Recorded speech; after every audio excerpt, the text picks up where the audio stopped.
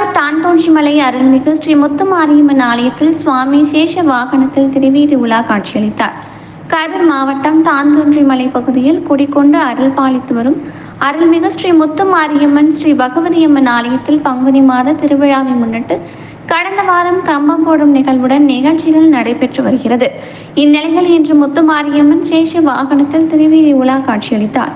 இந்நிகழ்ச்சியை முன்னிட்டு உற்சவர் முத்துமாரியம்மனுக்கு பல்வேறு பொருட்களால் சிறப்பு அபிஷேகம் நடைபெற்று அதன் தொடர்ச்சியாக ஆலய மண்டபத்தில் சுவாமிக்கு சிறப்பு அலங்காரம் நடைபெற்ற பின்னர் சேஷ வாகனத்தில் சுவாமியை கொலவிருக்க செய்தனர்.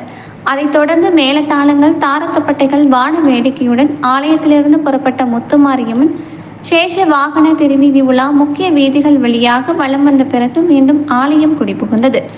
கரூர் தான்தோன்றிமலை அருள்மிகு ஸ்ரீ முத்துமாரியம்மன் ஆலயத்தில் நடைபெற்ற சேஷ வாகன திருவீதி உலாவை காண ஏராளமான பக்தர்கள் வழியெங்கிலும் காத்திருந்து சுவாமி தரிசனம் செய்தனர்.